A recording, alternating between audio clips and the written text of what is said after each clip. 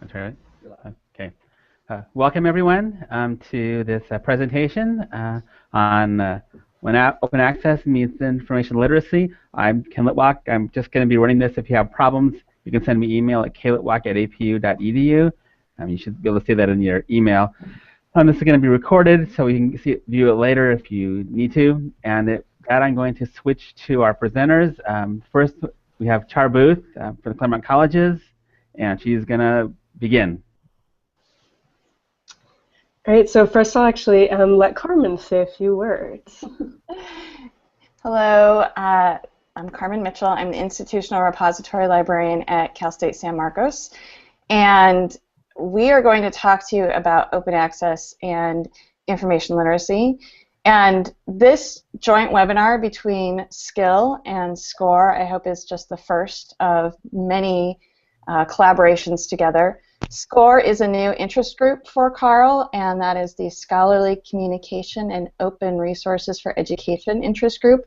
I hope that some of you out there in SCIL will consider joining us. So go right ahead. Over to you, Char, to get us started for this webinar. All right, so I'm now sharing our slides, and Ken, if you could please push me to the floor. Yeah. Okay, there you go, Carmen. It's actually for Char. Char's going to get us started. I'm sorry. Char, okay. Let's switch Charmin. All right. So as Carmen mentioned, this is a session that's really dedicated to identifying the connections, specific connections between open access and related topics, and the kind of fostering of certain types of information literacy skills. And a lot of us find that there really is quite a bit of overlap between those two areas. And we want to present a few case studies from our own context about how we are actually fostering these connections, and suggest ways you might kind of take that and run with it at your own institutions. So I guess we can each introduce ourselves in a tiny bit more detail, and then we'll each run through a section of slides that relate to, again, our own institutions and our own work and experience. And then we'll have plenty of time for questions. And please, people, you'll see a little hashtag down there at the bottom. If you want to interact, if you want to make comments, ask questions, you can either do so through Twitter using the hashtag SCOREOA, or actually, if you're viewing in Google+, there's a leave a comment window right under the main viewing screen. So please feel free to engage. It's much better when you participate as well as us. So, I am Char Booth. I'm the Director of Research, Teaching, and Learning Services at the Claremont Colleges Library, which is a consortium of 7 institutions, 5 undergrad liberal arts institutions, and 2 graduate universities. And what I do is really wrangle the division that has a lot of our public-facing instruction, outreach, campus liaison, and subject specialist programs. So that's kind of my hat. And Annie, you want to introduce yourself? Sure. I'm Annie Knight. I'm a new librarian at Santa Ana College, coming from Chapman University. And currently, I'm basically a reference and instruction librarian. So I'll be talking about experiences I've had at both institutions with regard to teaching open access. I'll hand it over to Carmen now. I'm Carmen Mitchell, and I do the institutional repository work at Cal State San Marcos. I also do a lot of work with graduate students talking about open access and copyright, and that's going to be my section of this presentation today, and also how to approach working with faculty on open access and incorporating open access into their courses. So over to you, Char, to get started. And one last thing is I've got my iPad here, and I am monitoring Twitter, and I am monitoring the hashtags, so if you happen to send something to Twitter, I will report it back. Awesome. Thank you, Carmen. And just feel free to interrupt me or holler any comments or questions that you think I could elaborate on during my presentation. Interruptions are welcome. So, okay, so my section, I'm titled Seeing Information Privilege, Wikipedia as an Open Access Information Literacy Learning Tool. And first off, I wanted to give kind of a shout out / hat tip to my colleagues Sarah Lowe and Amanda Hollis-Bresky, who are not helping give this presentation, but we've done similar sorts of stuff on this topic at Pomona College and given kind of co-presentations on this. Sarah is one of my library colleagues that I actually teach numerous Wikipedia focus class collaborations with, and then Amanda Hollis-Brusky is a faculty member in politics at Pomona that we've worked with collaboratively over 3 to 4 years now to develop our core kind of model for teaching with Wikipedia. So that's where I'm coming from. They're there standing behind me somewhere. So what do I mean by Wikipedia as an open access information literacy learning tool? Well, I'm going to get there specifically, but I wanted to start by kind of showing / lingering on the definition of information literacy that we've developed at the Claremont colleges. So this is actually a definition that we created at the college's library and then kind of shopped around to our 7 different institutions and asked them basically adopt it formally as their definition for purposes of WASC accreditation. And so that was an ongoing initiative over the 2013-14 academic year. It worked, everyone adopted it, and at the kind of over that process, we were able to raise a lot of awareness about what information literacy is and how it can be taught in, creatively in a lot of classroom contexts. So I wanted to just focus on Area 5 insight real quick. So one critical part of our definition is actually the idea of critical information literacy, understanding social, legal, economic, and ethical aspects of information creation, use, access, and durability. This is the area that we really emphasize open access as a means of extending one's kind of access rights beyond graduation, opening up the world of information that we're privileged to as higher education kind of affiliates and students, and pushing that beyond our own boundaries. So the Wikipedia assignment that I'm going to talk about now is very much couched in this language of information privilege. So we use the concept of information privilege as a way to communicate to our students. One of the reasons that we would use Wikipedia is because it in and of itself is an open access tool. It is a collective, crowdsourced, non-locked down source of information that can be used to help create a bridge between those behind paywalls and those in front of paywalls, if you will. So this idea of information privilege, engaging students who will be creating Wikipedia articles to understand that the research that they will be doing may or may not actually be accessible. What they're citing in their articles may or may not be available to their readers, Wikipedia users. That's a really interesting way, I think, of coming at this topic, rather than, you know, there's a paywall and there's not. Y'all should know what that is, but really weigh the sources that you're citing and make sure that you are pushing out as open information as you can when you source in Wikipedia. So a little bit more background on the types of classes that we're using Wikipedia with. The Wikipedia actually has this big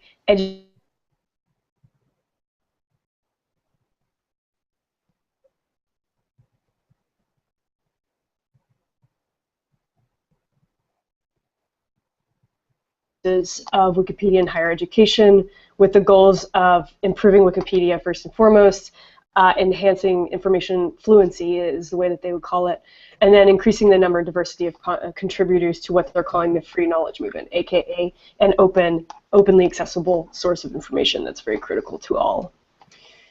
So the class I'm going to be talking about specifically is Politics 3, and my colleagues Sarah and Amanda and I have been running a group Wikipedia editing assignment for going on, yeah, I said 4 years now. We've done this 3 times. Sarah and I are also working with 2 other politics classes at Pomona right now doing the same thing. So we run a whole class, a semester's assignment, major assignment, is actually creating a group Wikipedia project. Again, doing intensive research in depth into a topic in American politics and making sure that they're sourcing and attributing their statements very robustly and also in a way that will hopefully be openly accessible as possible. So there's a bit of context on the course overview, and you can see there, number 2, the Wikipedia entry is actually 15% of their full course grade, and the group presentation on the Wikipedia project is a kind of additional 10%, and bibliography is another 10%. So 35% of the total course grade is this actual project. It's a very, very large percentage, so it's a big deal for these groups. So here's a shot of a kind of a finished product of one of our groups from spring of last year. This is a Wikipedia page for dual federalism. Now, we typically have 5 to 6 groups in each of these Intro to Politics classes. The students are typically first or second year students at Pomona College, and they work again in groups of 5 to 6 to take a stub, which is a short, bad Wikipedia article, and expand it into a much longer, much more in-depth and robust Wikipedia page on this topic. And so they do this by divvying up the content, researching these topics intensively, integrating their citations throughout. And Wikipedia actually gives a ton of support for people using this as a teaching tool in higher ed and other types of educational scenarios. Here's a couple shots from Wikipedia's own documentation that they provide to help you take groups of students through the process of learning about encyclopedic style, the proper attribution, reliable sources, and there are so many points of overlap between the things that librarians tend to teach in regards to information literacy and what Wikipedia is putting out there. My colleagues and I provide a lot of kind of scaffolding on the way. Again, exploring idea of paywall, open access, information privilege, and making sure students understand that what they're doing is leveraging library resources to create a robust source of public information, but that, again, people may be stopped due to database subscription strictures and things like that. And here you can see from our spring 2014 class, which we just did a few months ago, here are the range of topics that our groups were writing on in this Poly 3 class. Fair Vote, Clean Diamond Trade Act, Federalist Papers number 70, Consent Decree, First National Bank of Boston versus Bilotti.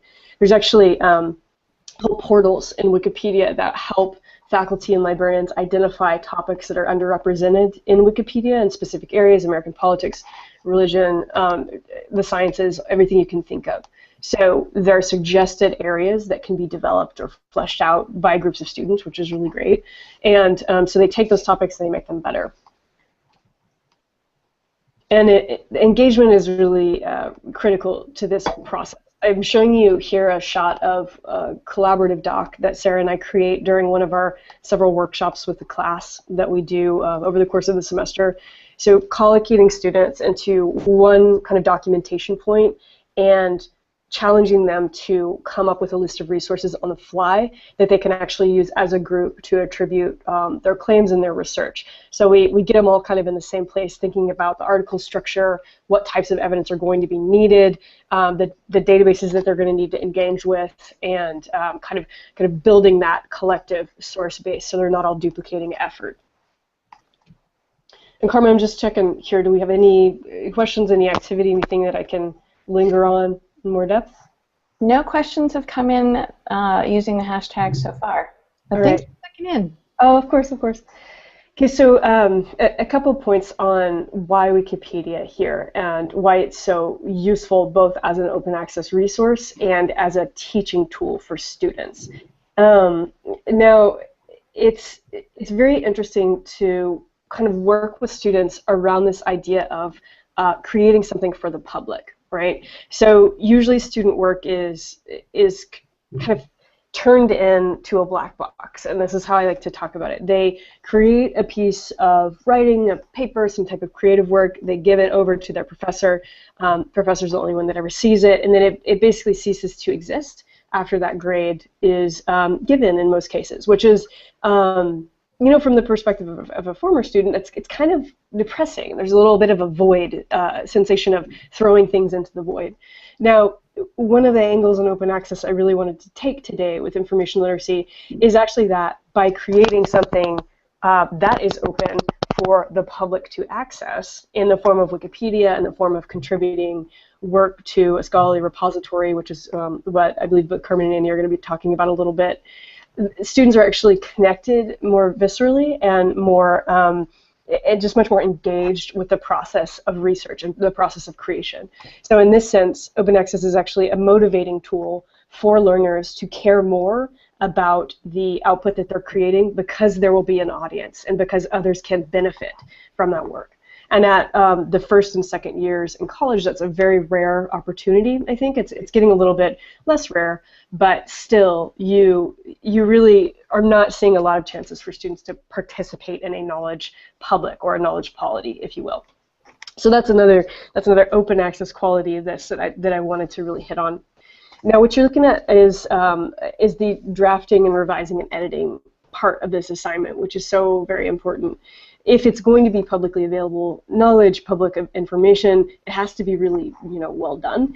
And we kind of drag students kicking and screaming through this process of making really good content, really good output, and making sure they're backing up every one of their sentences with multiple citations by the end of it. And just to give you a kind of a brief definition or a brief sense of what this ends up looking like, the average article that come out of this class will have well over 100 reference points, unique, different reference points, different types of evidence within it. So here you see the first 57 references in this particular article. Some of them are cited over 10 times, but you still see a ton of unique, very, very diligent work, better writing, better attribution than I see often at the senior level in the undergraduate work. So it's a very conscientious and engaged process on the part of the students. Another thing that I like about Wikipedia as an open access kind of content creation tool is that students can actually go back after these articles go live towards the end of the semester and say, has anyone edited this? Has anyone changed it or improved it, or what's happened to this thing? So their work, not only does it go out there to benefit the public can change it and edit it and make it better or make it, worse, as the case may be in Wikipedia, but hey, that's kind of one of the things that goes along with it. And just my last few slides here. Another really critical open element of this is that students can see how many times their articles are actually viewed. Here we have the page for the guest worker program, and you can see that it's been looked at or referenced or used over 7,000 times in 3 months. And that's a pretty incredible impact for a group of first-year college students to be really contributing something that is used that frequently as a source, as an open information source. And there you have one of our student presentation groups being like, look what we did. Look at the number of views. This is when we published. This is when we started editing. In these presentations, they always think about the impact. They talk about the reach of their work and how far the articles actually go. And my closing slide is kind of a triumphant one. Our spring 2014 class actually got featured in the LA Times as kind of a experiment in using Wikipedia in college classes. There's one of my groups, actually, Fair Diamond Trade Act, that did a fabulous job and totally made the front page of the Times, and I was really proud of them. But the cool thing is that it's a great way to engage students in ideas relating to information literacy in, again, a little bit more of a visceral way, something that improves a tool that they use in the form of Wikipedia, that asks them to think about accessibility of information and the way that they're going to actually create things for public consumption. So that's pretty much what I wanted to cover, and I will turn it over to Annie unless there are any questions coming from the ether. Nothing on Twitter. Dudes, come on. It's Friday, but good morning. You all do see the one question that's been asked, right? No. No. What was that? I'm not sure why, but anyway, how do you the question is, how do you have them find these bad articles?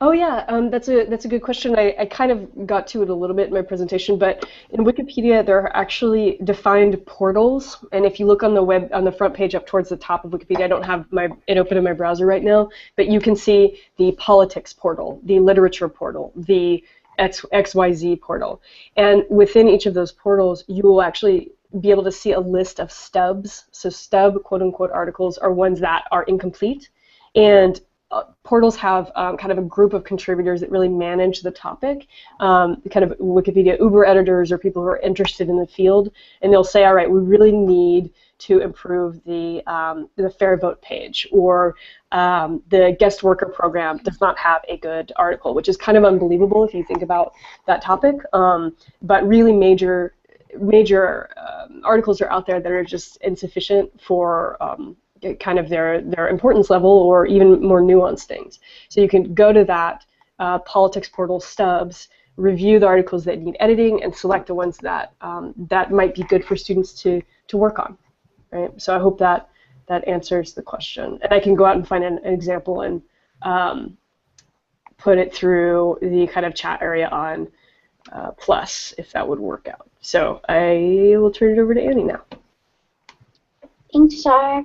Okay, so I'm going to be talking about ways in which I've taught open access and worked with students and other faculty to help engage library users and students actually enrolled in an information literacy class in using open access resources for a variety of purposes. So I think we can go to the next slide now. Okay. Thank you. Oops. Actually, can I just jump in here? There's Sure, a question yes. that's come in over Twitter. What is the typical class size involved in this? I would assume the Wikipedia project? Yeah. Sure. Politics 3 typically has about 25, 26, 27 students, and they work in groups of 5 to 6. So these are smaller scale seminar courses, and the nature of the project is very intensive. It requires a lot of work on the part of librarians and faculty and students, by the way, in the way that we've kind of designed it, but there are other ways to work in Wikipedia that are not as labor intensive. Their own education project has a lot of examples or suggestions for that. So maybe we could hold any other questions till then, so I don't need to interrupt Annie anymore. Sure. So what you're seeing, as you can probably tell, is a course description of a 3-unit information literacy class that I taught at Brandman University. I actually developed the course. It was a course that was sort of spearheaded by the Dean of Arts and Sciences at the time, so I was very grateful for the opportunity to be able to develop the class and then eventually teach it as well. And the reason I wanted to show the course description was to demonstrate the range of information information literacy instruction for the course, but also to show that it wasn't just meant to focus on the scholarly research students would be doing as undergrads, which it definitely did, but we also had in mind how students would be researching as professionals and even in their personal lives beyond the university. So the course was developed to introduce students to, of course, a variety of traditional library resources, but also resources, as I'll talk about more, outside of that realm, as with open access, so that they had a pretty large toolbox to draw from, following their time at the university. A lot of the students at Brandman University are returning adult students. Some come with maybe a little bit of experience having attended, community college or maybe another four-year institution. A lot of students come returning to school after having been out for a substantial amount of time. But when I would check in with my classes at the beginning of each term, most of them felt like they could use a lot of help with their research skills. Some actually felt like they were just fine and didn't know why they were enrolled in the class. So there was a bit of a resentment in the beginning with some students, but by the end, most of them would admit, they actually learned new things, and an overwhelming amount of students would talk about how they were very glad they were introduced to the open access resources once they understood them more as we would go through them in the term. So this was a 3-unit course. It's one of the 2 core courses all undergraduates have to take at Brandman, and they're encouraged to take it within the first, as part of the first 2 courses. That doesn't always happen, but it happens with the majority of students. So we're getting them at a point where doing scholarly research is still pretty new to them. And so with regard to when we start teaching them about open access, that actually occurs in week 6 of the course, and the term is 8 weeks long.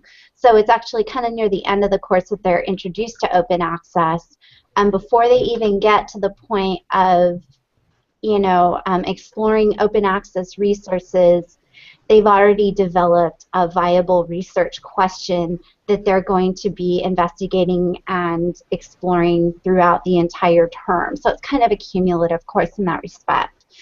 So by week 6, just to kind of give you a context for where they're at in their learning process, they've already been introduced to, they've already had practice with evaluating information like websites they might find.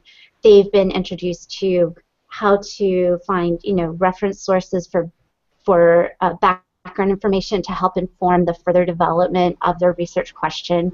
A lot of them come in with a vague idea of what they want their research question to be, because we ask them to select an area that is an area of passion for them, not only with regard to what they're studying, but maybe some of the professional goals that they have, or even personal goals, things that they want to, learn more about, and actually maybe help them solve some real world problems that are relevant to their lives.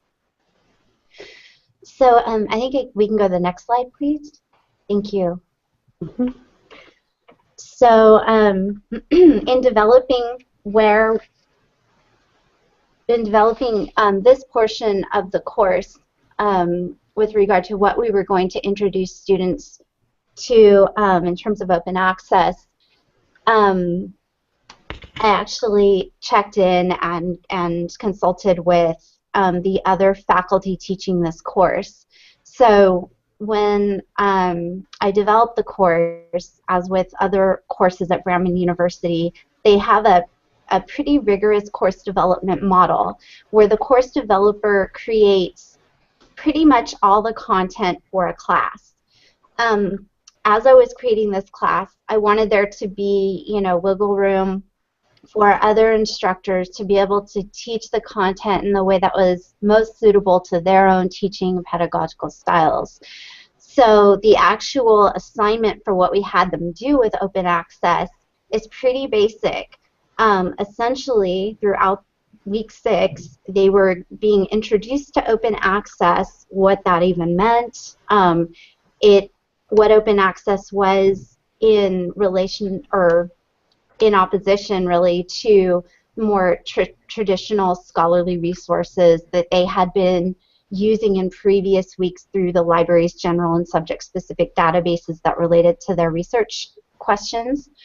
They were introduced to, copyright, what exactly that means with regard to the kind of scholarly resources they were using, actually looking at specific copyright statements, talking about how that all plays into a publishing model that is based in our capitalist system, and then talking about open access and how that, gives more people the access to the information that they might not, that is, excuse me, I'm getting flustered here.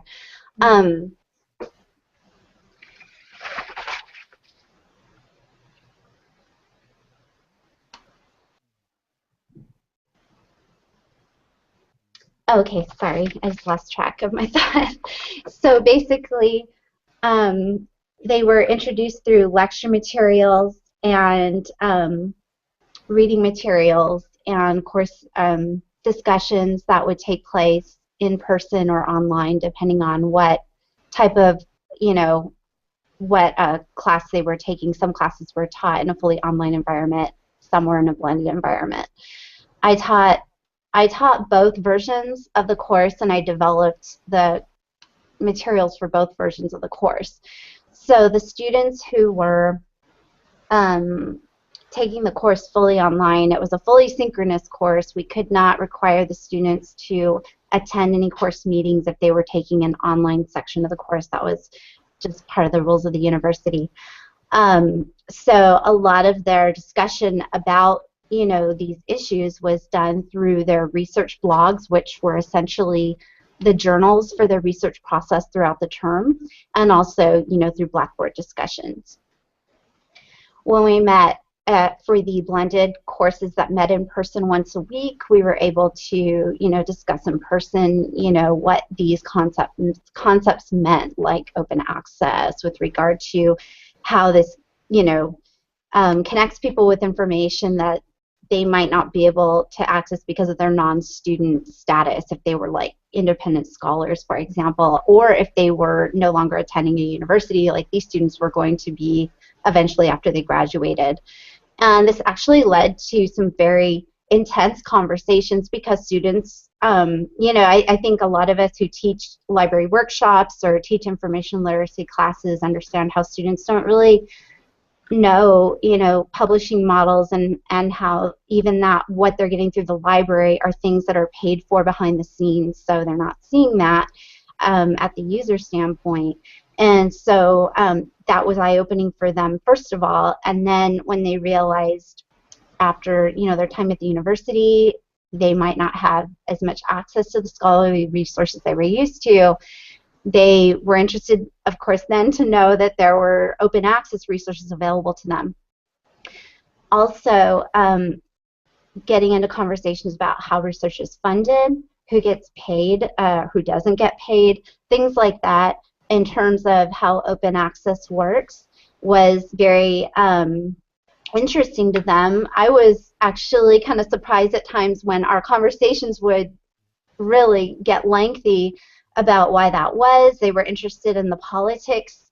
They started getting more interested in the politics of publishing, and so it helped to, I eventually, the reason I have this critically reflective teacher image up here was that, you know, obviously every time I taught the course, I wanted to be taking the feedback I'd gotten from the students and checking in with the other instructors about, you know, what kind of feedback they were getting from their students, but also the kind of work students were doing, what they were interested in.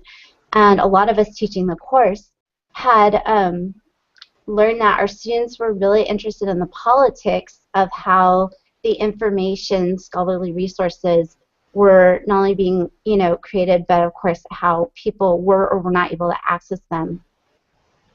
And so I was talking to our scholarly communications librarian when I was working at Chapman at the time, and she had offered to come and do a presentation about this to provide more context for students and also talk to them about open access resources and, you know, fold in, you know, not only how to find them, but how to maybe evaluate these sources too. Because there is a lot of concern around, well, are these legitimate sources? Are these as good of quality of sources as what we're finding in the library databases? And there's obviously a lot of debate about that. So she was kind of coming in and giving lectures and presentations and working with them on how to, you know, find and evaluate these sources and use them for what they needed in terms of investigating the research questions that they had. And we even recorded the lecture and made it available to the online courses, you know, who weren't meeting as a class, so that they could benefit from her, you know, presentation as well. And so that really seemed to help students understand the concepts of open access, and it exposed them to a greater variety of open access resources. So we started to see their quality of work in this week improving with, you know, they weren't just going to the Directory of Open Access Journals and maybe the OAJSC, but maybe they were going to other repositories as well that had more resources for them with the specific subject area they were investigating. So with this class having been going for almost 4 years now, this past summer I conducted a focus group along with our scholarly communications librarian to more formally kind of check in with the faculty teaching LBSU 302 to see, you know, how do we think this is going? How should we, you know, should we be reshaping the way we're introducing the students to this content, the assignments they're turning in? They're essentially turning in annotations and citations for 2 articles that they felt were relevant to their research question.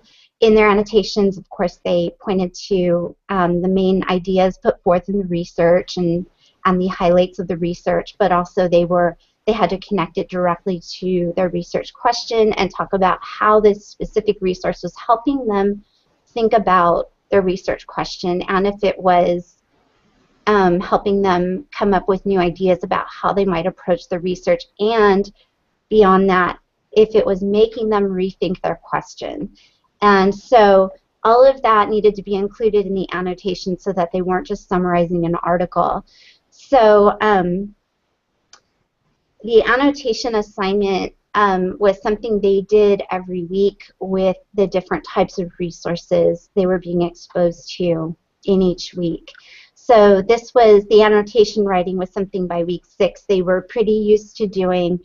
We thought it was a good exercise to help them, you know, of course, with synthesizing the information, and we saw annotation writing as just a good skill for them to develop, not only because they would be doing annotated bibliographies in their senior thesis work, but beyond whenever they had to, you know, culminate information and present it. So as part of that assignment, we also had them including their research notes, how they were getting to the open access resources they were using, why did they select those. So they couldn't just tell us, I went here, I went here, I went here, and then I selected this article. They had to tell us, they had to really suss out their the research strategies they'd been taught in previous weeks and explain how they were using those strategies to locate, you know, the open access resources they had selected. They had to include information or you know, feedback on certain resources that they had decided not to use and explain why. They had to talk about how they were evaluating the sources that they were considering to determine which ones they would finally select for the 2 that they were going to report on for their assignment. And so, yeah, students felt that was a pretty time-consuming activity for them, but they did get more points for that part of the assignment than even the annotation, because we just felt it was that important that they be thinking, you know, critically about their research process and explaining it. And throughout the time they were, you know, throughout this week, of course, they were talking with each other in class or in discussion boards or through their blogs, and a lot of students we saw like helping each other, and we did encourage that, you know, because there were times where students felt like they hit a wall. You know, I can't find an article that seems to be addressing my research question, and so of course we would jump in as faculty and try to help them find other, you know, avenues for them to explore. But students were also helping each other, and this was kind of part of the learning community we were trying to create as well. So anyway, when we did the focus group with faculty this past summer, that was one of the things that the faculty, most of them said, was it was so helpful for students to be in the mindset that they needed to be explaining their research process. It helped them work together more because they were getting in the practice of explaining how they were finding things, why they were thinking about and evaluating things the way they were, and it ultimately helped them help each other better. And so we thought that was one of the successes with the assignment. We did see there were a lot of students who had trouble navigating the different interfaces of the different open access repositories. They had gotten used to like EBSCO interfaces and advanced search interfaces in some of the library databases, and sometimes some of the open access repositories they were using didn't seem to have that extent of the searching capabilities, and so they were having to kind of, you know, try lots of different search strategies. So the diligent students were, you know, plugging through it, but we did get a lot of feedback from students where they were having difficulty finding articles. And of course, on some of the topics, there may not have been as much published in those areas yet. And so that was one of the things we kind of struggle with as faculty, and sometimes being, generalist librarians, we may not always know exactly how to help a student with a specific question, so we were, doing research ourselves and trying to help them, get to the resources that they needed. Can I go to the next slide, please? Sure thing. Thanks. So in August, we started my new position at Santa Ana College. So coming from a four-year private institution to a community college, I was thinking, I knew I wouldn't be teaching a 3-unit information literacy course here at Santa Ana College, at least not yet. And I knew I'd be teaching, kind of more one-off library workshops and working extensively with students at the reference desk. And I thought, one of the things I was wondering is how, I might be, would the opportunity come up for me to teach about open access? I was pretty sure it would, because I had seen it happen in my last job where, maybe I didn't have a whole week to work with students on it, but, seeds could be planted as far as, people coming in explaining, oh, I did this Google Scholar search, and why is it that I can't get the full text of these articles when I can get the full text of some of the others in the results, and so there's like a inroad to talk about open access a little bit, or, in the some of the workshops I've done like the 1-hour kind of how to find articles type library workshops and orientations, talking just a little bit about, why we're getting access to resources through the library and how that might change if you didn't have, the student, enrolled student status that they're enjoying at this point. So I figured it would kind of be similar in the community college environment, and it turns out so far, I haven't been here that long, but that seems to be true when I'm teaching my 1-hour workshops, and talking about how to access scholarly research through our databases.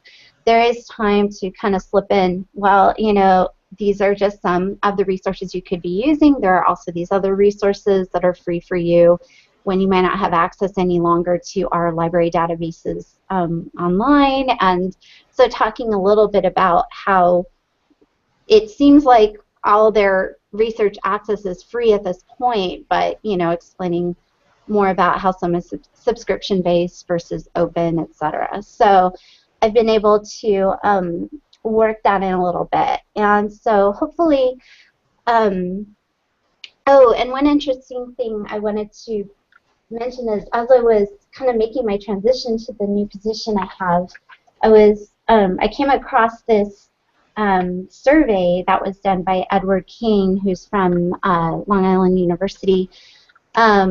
He had interviewed several different librarians about their, thoughts on teaching open access. Was it important? Why or why not? That sort of thing. And there was a good deal of librarians. There were a good deal of librarians who felt, maybe it wasn't necessary to teach open access to undergraduate students. It was better for graduate students who would use it more. That was kind of the rationale. Undergraduate students weren't ready to think about that. It was kind of a higher order concept, as it was thought by some of these librarians.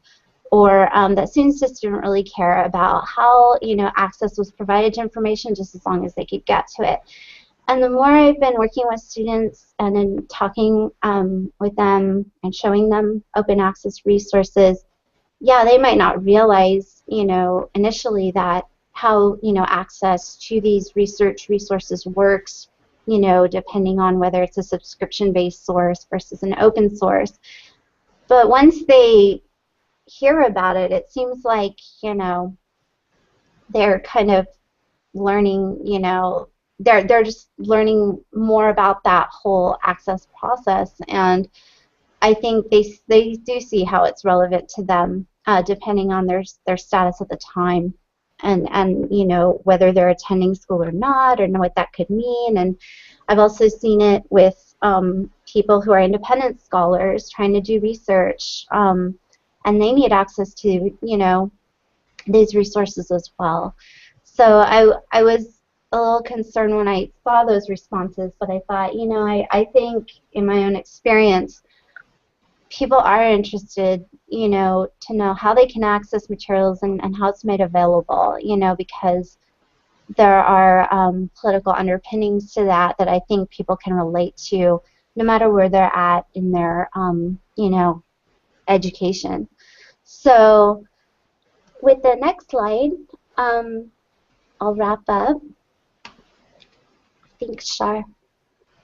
So coming to the Santa Ana College, their core competencies, I was very happy to see that the college's core competencies actually included an information competency component that students would research at a level as necessary to achieve personal, professional, and educational success, and that they were using a variety of materials to do this, etc. But coming from an institution where information competency wasn't really part of the larger, you know, mission, perhaps, as much as it's clearly and explicitly stated here.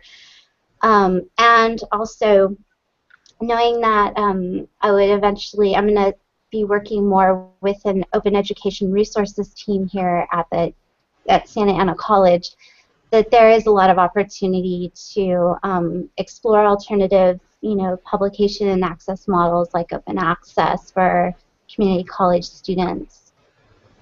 And I think that pretty much wraps it up for me. Thank you. Mm-hmm.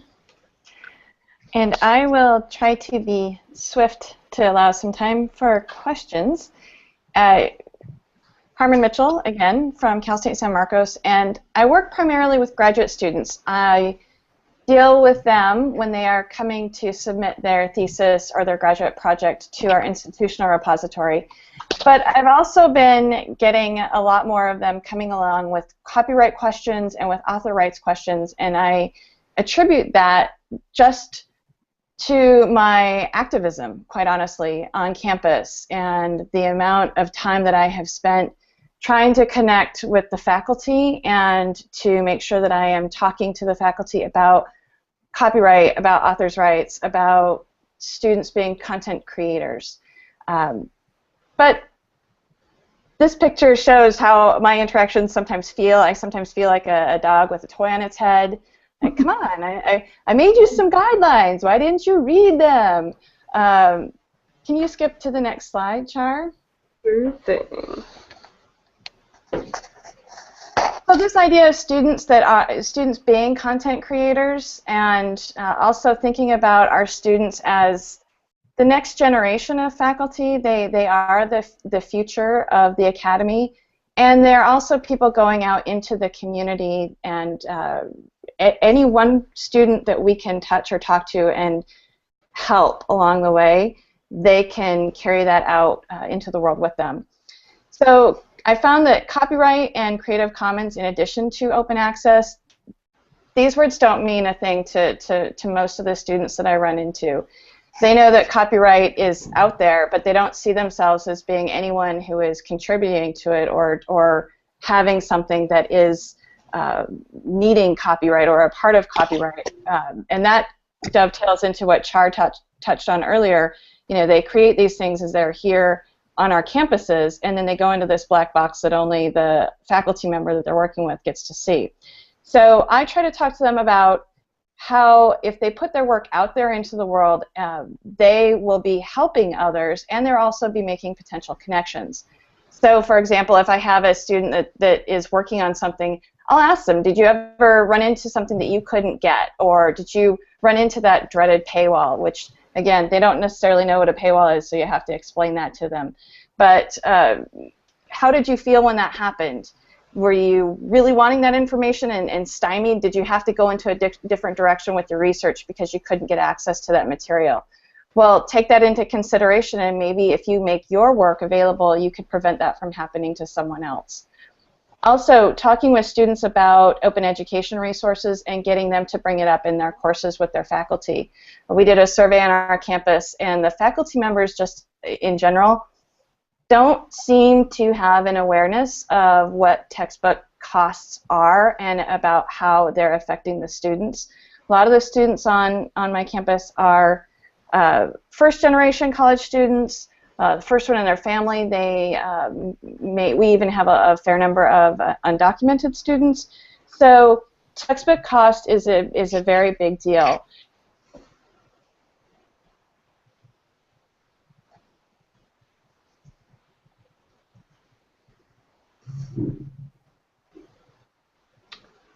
Sounds like Carmen might have frozen up there. Is anyone else hearing that? Yeah, I'm not hearing her anymore. Oh, there's... Okay, here we go. Sorry, I think I froze for a little bit. Could you go on to the next slide, please? Sure. So this is what I like to call my dog and pony show. I consider myself to be an activist. I am a librarian, I am a faculty member, but yes, I am also an activist. And I will take every single opportunity that I can to talk to other faculty, to talk to administrators, to talk to, gosh, even people who are coming and interviewing on the campus to see what their opinions and what their education level is when it comes to open access and how they see open access in the academy. And this has led to some really interesting conversations where I found that some faculty members have really outdated ideas or misconceptions on open access, and I use the opportunity to try to build connections. And it's been fascinating to see how people react to that. I can tell you that our campus president is very interested in open access, even though she didn't necessarily really know that she was interested in open access. But I want to leave a few minutes for questions, so I'm going to go ahead and say that if you'd like to talk to me more about my work with graduate students or with faculty, you can always email me or send me an alert on Twitter. But let's go ahead and take some questions. I have at least one from Twitter, and I believe that some, and actually that last slide was just tools for faculty that I can share with others later on. Fast. Oh, no, it's fine. I was trying to wrap up. Essentially, give them tools, even if they don't know that they need the tools, because they will eventually come calling. Kenneth, are there questions coming in through the Google Hangout? Because if there are, we cannot see them. So maybe you could read them to us? Well. Okay, can you hear me? Yes. I don't see anything here that hasn't been responded to already. Okay. Well, there was one that came in over Twitter, and this the question is, how do you scale this? And I think I'd like to ask that of Char first, and then of Annie. Okay, so I believe that was from Annette. Hello, Annette. So I guess the question about scaling the Wikipedia assignment is, you know, it's an interesting question. The way that we have designed our group assignment is very intensive, but I mentioned earlier that the Wikimedia Education Foundation actually has a lot of materials available that do have like template assignments that are more geared towards individuals, maybe a little bit less of a percentage of a course grade, ways to look for citation needed opportunities in Wikipedia articles that people can just go out and try to find substantiating research and drop it in.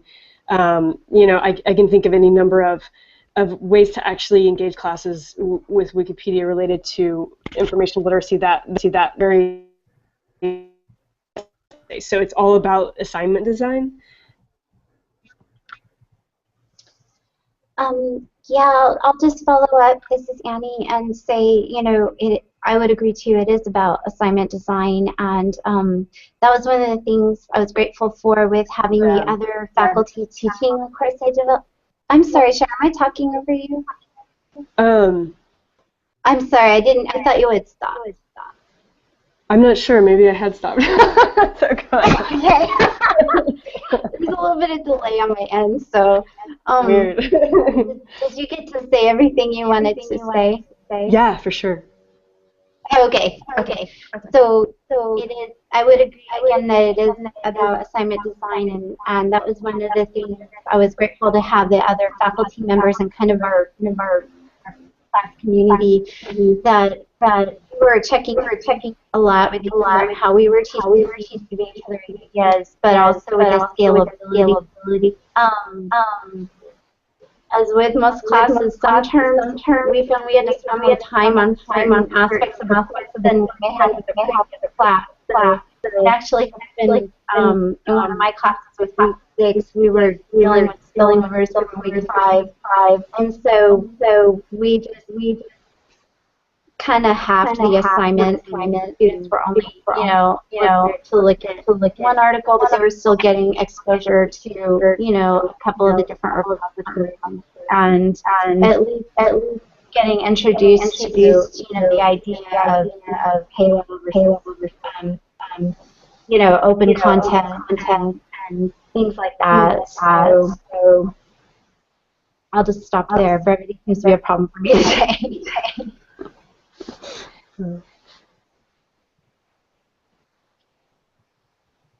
Well, were you going to say something?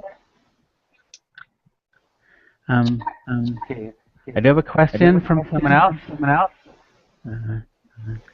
Can you provide examples of how major research companies are integrating into their discovery layer? For example, EBSCO.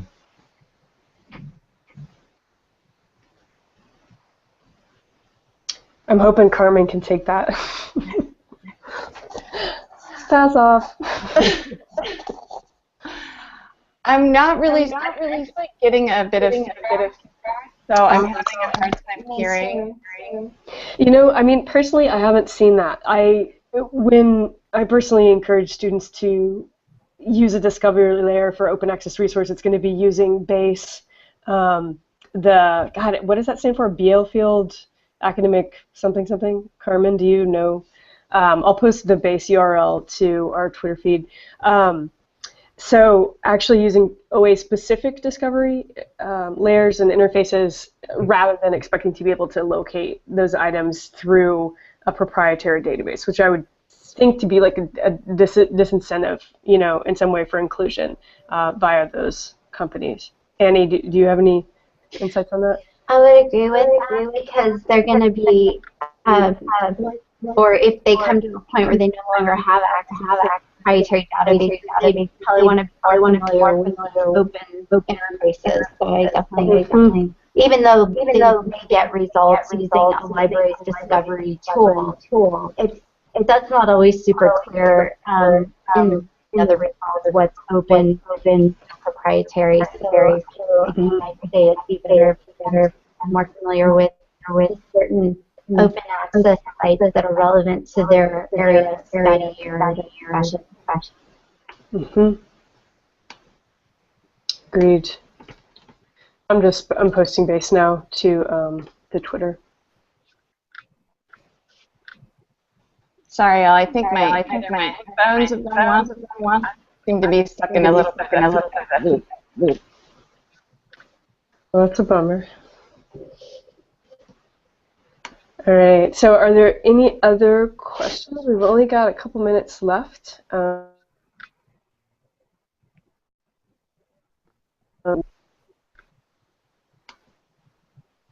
Anybody else? There's a lot of good discussion kind of happening by Twitter and I hope and assume from on Plus, but it's hard to monitor that while we're going. So, any parting thoughts, Frozen Carmen? Thanks again for doing this. I'm hoping that this is just the first one of many collaborations, SCIL and SCORE. And again, if those of you out there in SCIL land would join forces with us over here, we're happy to have you. Mm-hmm. And definitely people are more than welcome to reach out to me via email if they want to talk about more of the stuff. You can just kind of Google me, Charbooth Claremont, and you'll get my email right away. And because I've learned a lot of really hard lessons about teaching via Wikipedia, and I'm happy to share them so you don't replicate them. All right. Likewise, if anybody would like to contact me about the assignments we use or resources, things like that, please feel free. All right. So Thanks, everyone. it's been fun. Y'all Thanks for organizing this, Carmen. yeah. Thanks for your support, Kenneth. Yes, definitely. Right. Okay. Well, thank you all for presenting. I thought it was very educational. I learned a lot, at least. And thank you all for listening. This will be available again on YouTube almost immediately. So, and that's all the time we have. Excellent. Your presenters, it's great. Thanks. Thank you. Bye. Bye. Bye.